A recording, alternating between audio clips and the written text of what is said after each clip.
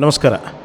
ಇವತ್ತು ಪತ್ರಿಕಾಗೋಷ್ಠಿಯನ್ನು ಕರೆದಂಥ ಉದ್ದೇಶ ವಿಶೇಷವಾಗಿ ನಾವು ಸಂಪೂರ್ಣ ಈ ದೇಶದಲ್ಲಿ ರೈತರ ಸಾಲವನ್ನು ಮನ್ನಾ ಮಾಡಬೇಕು, ಸ್ವಾಮಿನಾಥನ್ ಆಯೋಗದ ವರದಿ ನಿಜವಾಗಿ ಜಾರಿಯಾಗಬೇಕು ಅನ್ನುವಂಥದ್ದು.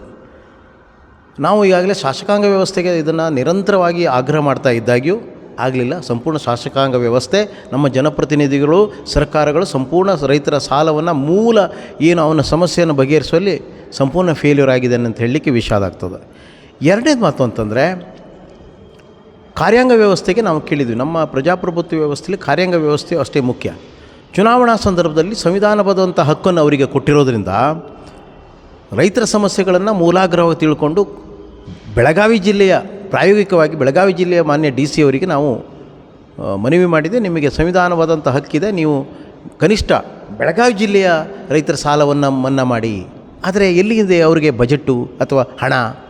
ಇದು ಏನಿದೆ, ಹೋದ ವರ್ಷ ಮಾನ್ಯ ಜಿಲ್ಲಾ ಪಾಲಕ ಮಂತ್ರಿಯವರು ಘೋಷಣೆ ಮಾಡ್ತಾರೆ, ಇಲ್ಲಿಯ ಸುಸಜ್ಜಿತ ತುಂಬ ಕಟ್ಟಡಗಳಿದೆ, ತೋಟಗಾರಿಕೆ ಇರ್ಬೋದು, DC ಆಗಿರ್ಬೋದು, ಲೈಬ್ರರಿ ಆಗಿರ್ಬೋದು, ZP ಆಗಿರ್ಬೋದು, TP ಆಫೀಸ್ ಇರ್ಬೋದು, ಇವೆಲ್ಲ ಕಟ್ಟಡಗಳನ್ನು ಡಿಮಾಲಿಷ್ ಮಾಡಿ ಒಂದು ಅದ್ಭುತ ಕಟ್ಟಡವನ್ನು, ನಾವು ಅಭಿವೃದ್ಧಿ ವಿರೋಧಿ ಅಲ್ಲ, ಆದರೆ ಯಾವ ಅಧಿಕಾರಿಗಳು ಯಾವ ವ್ಯವಸ್ಥೆ ಏನು ರೋಡ್ನಲ್ಲಿ ಅಥವಾ ಮರದ ಕೆಳಗೆ ಕೂತ್ಕೊಂಡು ಕೆಲಸ ಮಾಡ್ತಾಯಿಲ್ಲ.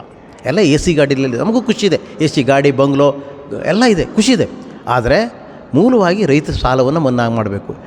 ಕರ್ನಾಟಕದ ದೃಷ್ಟಿಯಲ್ಲಿ ಕರ್ನಾಟಕದಲ್ಲಿ ಬೆಳಗಾವಿ ಎರಡನೇ ರಾಜಧಾನಿ ಬೆಳಗಾವಿ. ಈ ಸಂದರ್ಭದಲ್ಲಿ ಬೆಳಗಾವಿ ಜಿಲ್ಲೆಗೆ ಈ ರೀತಿಯಾದಂಥ 300 ಕೋಟಿ ಏನು ಬಜೆಟ್ ಏನಿದೆಯಲ್ಲ, ಅದನ್ನು ಮಾನ್ಯ DC ಅವರು ಕಾರ್ಯಾಂಗ ವ್ಯವಸ್ಥೆಯ ಅಧಿಕಾರವನ್ನು ಉಪಯೋಗಿಸಿ ರೈತರ ಸಾಲವನ್ನು, ಬೆಳಗಾವಿ ಜಿಲ್ಲೆಯ ರೈತರ ಸಾಲವನ್ನು ಮನ್ನಾ ಮಾಡಿ ಅನ್ನುವಂಥದ್ದನ್ನು ನಾವು ಕೇಳಿದ್ವಿ. ಇವತ್ತು ನಾವು ಹೇಳಲಿಕ್ಕೆ ವಿಷಾದ ಆಗ್ತದೆ.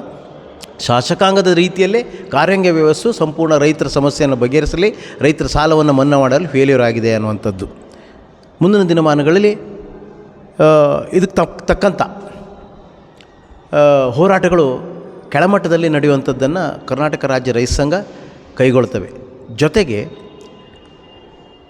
ಬೆಳಗಾವಿ ಜಿಲ್ಲೆಗೆ ರಾಜಕೀಯ ಪ್ರಾತಿನಿಧಿತ್ವ ಸ್ವಾತಂತ್ರ್ಯ ನಂತರ ಕೊಟ್ಟೇ ಇಲ್ಲ. ಏನು ಕೊಡಬೇಕಿತ್ತು ಅದನ್ನು ಕೊಟ್ಟಿಲ್ಲ. ಅದರಿಂದ ಈಗ ಕೇಂದ್ರದಲ್ಲಿ ಬೆಳಗಾವಿಯ ಏನು ಪಾರ್ಲಿಮೆಂಟ್ರಿಗೇನು BJP ಅವರನ್ನೇ ಚಟ್ಟರನ್ನೇ ಆರಿಸಿ ಕಳಿಸಿದ್ದೇವೆ.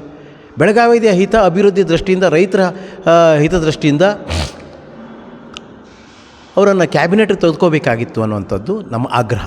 ಅದಕ್ಕಿಂತ ಹೆಚ್ಚಾಗಿ ಅಂತಂದರೆ ಬರಗಾಲದಲ್ಲಿ 25 ಲಕ್ಷಕ್ಕಿಂತ ಹೆಚ್ಚಾಗಿ ಕ್ರಷಿಂಗ್ ಮಾಡಿದಂಥ ಸತೀಶ್ ಶುಗರ್ ಇರ್ಬೋದು ಅಥವಾ ಬೆಳಗಾಂ ಶುಗರ್, ಅಂದರೆ ಸತೀಶ್ ಜಾರಕಿಹೊಳಿಯವರ ಒಡೆತನದಲ್ಲಿರುವಂಥ ಕಬ್ಬಿನ ಕಾರ್ಖಾನೆ ಪರೋಕ್ಷವಾಗಿ ರೈತರಿಗೆ ಒಂದು ರೀತಿಯಿಂದ ಆರ್ಥಿಕ ಭದ್ರತೆಯನ್ನು ನೀಡ್ತು ಅನ್ನುವಂಥದ್ದು. ಒಟ್ಟಾರೆ ನಮಗೆ ರೈತರಿಗೆ ಅನುಕೂಲ ಆಗಬೇಕು ಅನ್ನುವಂಥದ್ದು, ಬೆಳಗಾವಿ ಅಭಿವೃದ್ಧಿ ಆಗಬೇಕು ಅನ್ನುವಂಥದ್ದು. ಈ ಹಿತದೃಷ್ಟಿಯಿಂದ ಮತ್ತು ಮಾನ್ಯ ಮುಖ್ಯಮಂತ್ರಿಯವರು ರಾಜಕೀಯ ಅವರ ಏನು ದಿನಗಳು ಮುಗ್ದೇ ಹೋಯಿತು ಅನ್ನೋಂಥ ಸಂದರ್ಭದಲ್ಲಿ ಅಹಿಂದ ರೂಪದಲ್ಲಿ ಬೆಳಗಾವಿ ಜಿಲ್ಲೆ ಅವರಿಗೆ ಪುನರ್ಜನ್ಮವನ್ನು ಕೊಟ್ಟಿದೆ ಮಾನ್ಯ ಮುಖ್ಯಮಂತ್ರಿಯವರಿಗೆ, ಸಿದ್ದರಾಮಯ್ಯ ಸಾಹೇಬರಿಗೆ.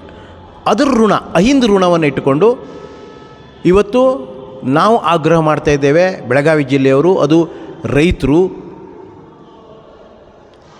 ಸತೀಶ್ ಜಾರಕಿಹೊಳಿ ಅವರನ್ನು ಉಪಮುಖ್ಯಮಂತ್ರಿ ಅಲ್ಲ, ಮುಖ್ಯಮಂತ್ರಿಯನ್ನಾಗಿ ಮಾಡಬೇಕು. ಯಾಕಂದರೆ ಇದನ್ನು ವೈಯಕ್ತಿಕ ಕಾಳಜಿಯನ್ನು, ವೈಯಕ್ತಿಕ ಹೊಣೆಗಾರಿಕೆಯನ್ನು ಹೊತ್ತು ಮಾನ್ಯ ಮುಖ್ಯಮಂತ್ರಿಯವರಾದಂಥ ಸಿದ್ದರಾಮಯ್ಯ ಸಾಹೇಬರು, ಅದು ಯಾವುದೇ ಸಂದರ್ಭ ಬರಲಿ, ಅವರನ್ನು ಮುಖ್ಯಮಂತ್ರಿ ಮಾಡಿ ಬೆಳಗಾವಿಗೆ ಎರಡನೇ ರಾಜಧಾನಿಗೆ ನ್ಯಾಯ ಕೊಡಿಸ್ಬೇಕು, ಅಭಿವೃದ್ಧಿ ಕೊಡಿಸ್ಬೇಕು. ಮುಂದಿನ ದಿನಮಾನಗಳು ನಾವೇನು ನೋಡ್ತೇವೆ ಅಂತಂದರೆ ಆ ದೃಷ್ಟಿಯಿಂದ, ಆ ದಿಶೆಯಲ್ಲಾದರೂ ರೈತ ಸಾಲ ಮನ್ನಾ ಆಗ್ತದೇನೋ ಬೆಳಗಾವಿದು ಅನ್ನುವಂಥದ್ದು ನಮ್ಮ ಆಗ್ರಹ.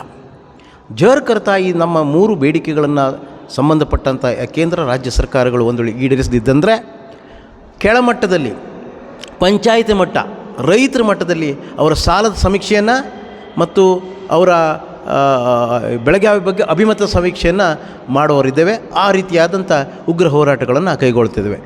ಧನ್ಯವಾದ.